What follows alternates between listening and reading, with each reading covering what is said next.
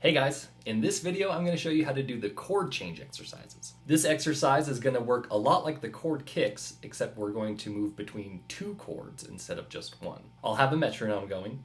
I'll count 1, 2, 3, 4, and the goal is to first strum each chord on 1 and then change to the next chord during 2, 3, and 4. We'll strum on 1, and then we'll do that another 2 times, going back to the first chord and then back to the second chord. So you'll do the change twice. After you go from the slowest speed to the fastest speed, we'll go back to the slow speed and strum on 1, 2, change on 3, 4, 1, 2, change on 3, 4, and we'll do that up to the fast speed.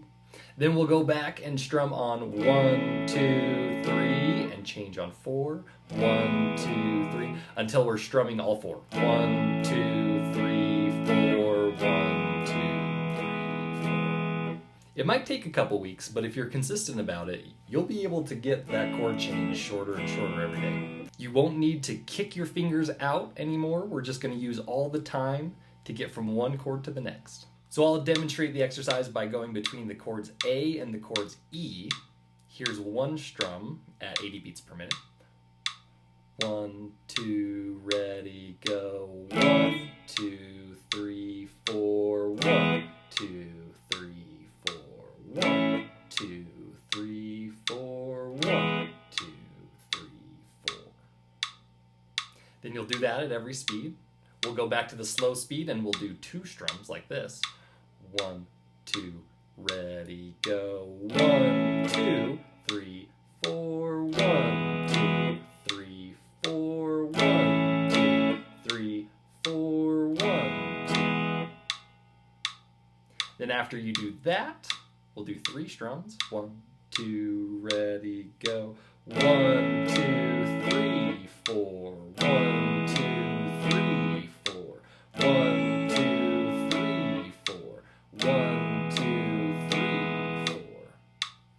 And then finally we'd go back to the slowest speed and do 4 strums. 1, 2, 3, 4, 1, 2, 3, 4, 1, 2, 3, 4, 1, 2, 3, 4. You'll want to watch out for all the same stuff as you did in the chord kick exercises. Keeping your fingers curled using the very tips of your fingers, keeping your thumb pointing toward the ceiling, not toward the wall, keeping your elbow on top over here, not the guitar in your armpit. So the best thing to do would be to try this a couple times every day and see if you can get further and further into the video.